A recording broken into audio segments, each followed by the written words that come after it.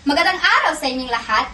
Welcome sa podcast na Tinig ng Matutubo, Wika, Kultura at Kapayapaan, na kung saan pag-uusapan natin ang naging interview ng isang indigenous community.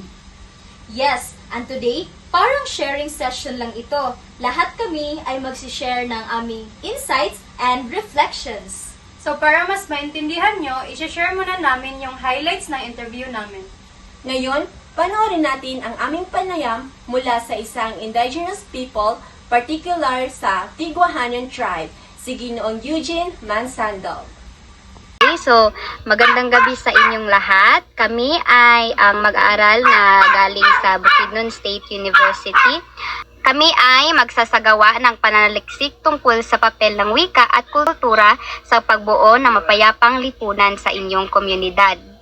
Layunin po ng interviewong ito na maunawaan kung paano ninyo pinapahalagahan ang inyong wika at kultura bilang daan sa pagkakaisa at kapayapaan. Ang lahat po ng iyong sagot ay mananatiling confidential at gagamitin lamang para sa akademikong layunin. Kung maaari po, pwede ho ba naming malaman ang iyong pangalan, pero pag hindi po, okay lang din naman po. Okay, so okay lang naman. Ako po pala si Jongjong Sabuan Mansandong, galing po sa San Fernando, Bukidnon. Okay po. Ilang taon na po kayo, sir? Ngayon ay 23 years old. Yan. Ang katungkulan niyo po sa inyong komunidad? Katungkulan ko sa aming komunidad as a IP youth leader. Ako po ay IP youth leader for sa aming community. Ilang taon na po ba kayong naninirahan sa inyong komunidad? Mga 20 years. Magandang gabi sa inyong lahat, mga binibini at ginoong ating guest speaker ngayon, no? So, ang unang tanong lang po ay, ano po ang inyong pangunahing wika na ginagamit po, sir? Okay, salamat po sa tanong mo. Ang unang wika po na ginagamit namin sa aming komunidad ay as a mother tongue namin, yun pong tinatawag namin na Tiguahanan tribe. Gabi sa inyong lahat. So, ang aking tanong is tungkol ito sa kultura at inyong tradisyon. So, ang unang tanong ay, ano ang mga tradisyon o kaugalian ninyo na tumutulong sa pagpapanatili ng kapayapaan sa inyong lipunan? Okay, so tradisyon na nakakatulong ng kapayapaan sa aming lipunan. Para po sa amin yung tradisyon namin na maari namin gamitin para makatulong sa aming community, para naman sa ganun may kapayapaan, di ba? So yun po ang tinatawag namin na respeto. Respeto sa kapwa, at may rules kami dyan kapag linabag namin yan na batas o rules sa aming kultura. May consequences po na mabibigay or mapapasayo kapag sinuway mo yung mga rules na yan. So, para po sa amin, pinaka-importante po talaga yan para naman mapanatili yung kapayapaan at peaceful po sa aming community. Sa papaano ninyo po tinuturuan ang kabataan, sir, tungkol sa pagpapahalaga sa kultura at kapayapaan? Okay, so galing pa sa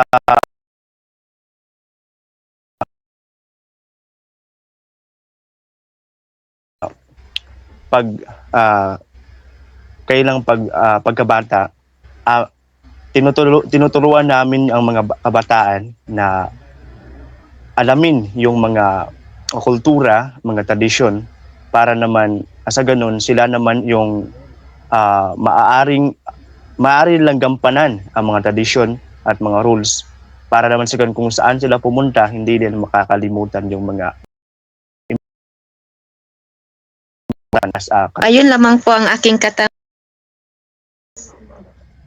So, magandang gabi sa lahat, lalong-lalo na sa ating interviewee.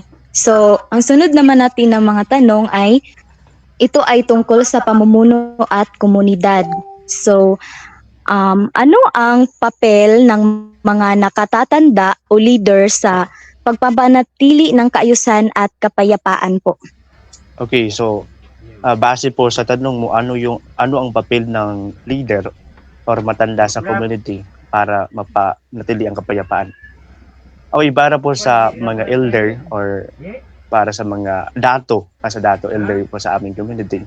Ang role po talaga nila is kumbaga sila yung higher na may posisyon sa aming komunidad. Ang gagawin po nila ay sila po yung tao na kauna-unahan na makaalam dapat ng mga problema galing sa mga tao sa aming komunidad. Para naman sa ganun, pag may problema, doon po sila papunta sa elder o dato namin. So yung role niya is to advise sa mga tao sa aming katutubo kapag may problema at anong mga bagay-bagay na maaring mangyari sa aming komunidad. Hindi lang sila advisor, sila rin po ay nagtuturo ng kung paano ipapanatili yung kultura, paano palakihin yung mga bata. Yun po, marami pa yung mga rules nila bilang isang dato. Pero major talaga sila yung kumbaga tinatawag natin na tighusay or yan yung kadalasan na role nila. Ayun.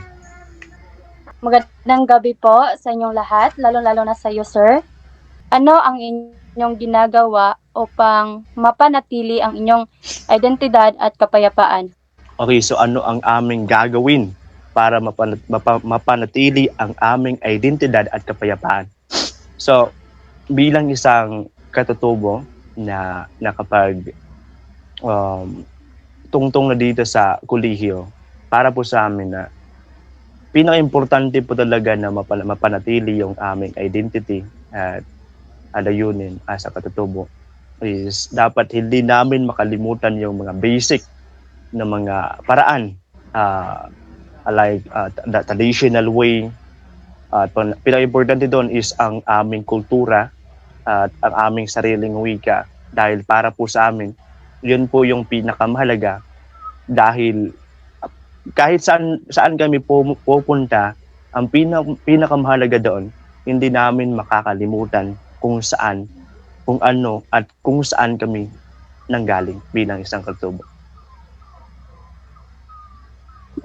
Maraming salamat po. Para sa susunod na magtatanong, Binibining Kathleen.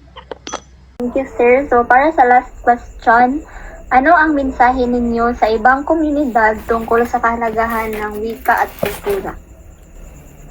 Okay, so para po sa akin, ang mensahe ko po sa mga ibang komunidad para po sa aming wika is alam naman natin lahat na tayo po lahat ay may iba't iba tayong kultura, may iba't iba tayong sariling wika. Pero tayo po lahat iisa lang, Pilipino tayo. Dapat may sarili tayong kultura dapat, no? May identity, may pagkakaunawaan. Hindi man tayo nagkakaintindihan ng ating wika na ginagamit, pero may tatawag tayong Tagalog. So ang mensahe ko lang po doon, ma'am, is dapat irespeto natin ang mga iba't ibang katutubo para naman sa ganun makilala pa natin kung sino nga ba tayo bilang isang Pilipino, bilang isang katutubo na dito pala sa atin sa Pilipinas, matatagpuan natin kung gaano tayo anong tawag doon, gaano tayo ka-happy. Diba? So as a Pilipino, dapat proud tayo kung saan tayo nanggaling. As a Pilipino, dapat marunong tayong irespeto ang ating mga katutubo, mga iba't ibang mga kultura, di ba? So, yan yung pinakamahalaga para sa amin. Dapat irespeto ang mga tao, kahit sino man yan, basta Pilipino, dapat i-love natin sila. Sa interview namin, sinabi nung nakausap namin na ang pangunahing wika nila ay ang sariling katutubong wika. Tama. At malaking tulong daw yon para magkaintindihan sila, lalo na sa araw-araw na buhay nila. Naalala ko rin na may mga salita daw sa kanila na nagpapakita ng pagkakaisa at kapayapaan. Tapos, kapag may conflict, hindi sila agad nag-aaway. Dinadaan nila sa usapan at tulong ng mga nakatatanda. Kultura naman nila, importante yung mga tradisyon at ritual para mapanatili ang kapayapaan. At syempre, hindi nawawala yung bayanihan. Talagang nagtutulungan sila. Pero nabanggit niya na nahihirapan sila dahil sa modernisasyon. Unti-unting nawawala ang kanilang wika. Ngayon na narinig na natin ang mahahalagang bahagi ng aming panayam, panahon na para ibahagi namin ang aming mga personal na refleksyon. Bawat isa sa amin ay may mas malalim na pangunawa na nakuha mula sa kanilang karanasan bilang isang komunidad. Narito ang aming mga pananaw at pagsusuri. Para sa akin, malinaw na ang wika ay hindi lamang kasangkapan sa komunikasyon, kundi isang pundasyon ng kolektibong identidad at pagkakaisa. Sa pamamagitan nito, na ipapasa ang mga pagpapahalaga at paniniwala na nagpapanatili ng kaayusan sa komunidad. Ipinapakita nito na ang pagkawala ng wika ay maaaring magdulot ng paghina ng ugnayan at kapayapaan. Ang konsepto ng bayanihan sa kanilang komunidad ay nagpapakita ng isang kolektibong pananagutan sa isa't isa. Hindi ito limitado sa pisikal na pagtutulungan, kundi umaabot sa emosyonal at sosyal na aspeto ng kanilang pamumuhay. Dahil dito, nagiging matatag ang kanilang samahan at mas napapanatili ang kapayapaan. Napagtanto ko na ang kanilang paraan ng pagresolba ng alitan ay nakabatay sa malalim na pagpapahalaga sa respeto at dialogo. Hindi lamang ito simpleng pag-uusap, kundi isang sistematikong proseso na ginagabayan ng kultura at tradisyon. Ipinapakita nito na ang kapayapaan ay hindi aksidente, kundi bunga ng sinasadyang pagsasanay at disiplina. Ang epekto ng modernisasyon ay isang kritikal na hamon sa pagpapanatili ng kanilang kultura. Habang may mga benepisyo ang teknolohiya, may kaakibat itong panganib ng pagkalimot sa tradisyonal na kaalaman at wika. Dahil dito, mahalagang magkaroon ng balanse sa pagitan ng pag-unlad at pagpapanatili ng identidad. Para sa akin, ang kanilang kultura at wika ay nagsisilbing salamin ng kanilang pagkatao bilang isang komunidad. Ang patuloy na pangangalaga nito ay hindi lamang para sa kasalukuyan, kundi para na rin sa hinaharap na henerasyon. Ipinapakita nito na ang tunay na kapayapaan ay nakaugat sa kanilang malalim na pag-unawa at pagpapahalaga sa kanilang sariling identidad. At sa huli, napagtanto namin na ang wika at kultura ay hindi lang bahagi ng ating nakaraan, kundi buhay na bahagi ng ating pagkakakilanlan. Sa pamamagitan ng paggalang at pagpapahalaga rito, mas napapalapit tayo sa isa't isa at mas napapanatili ang kapayapaan sa ating komunidad.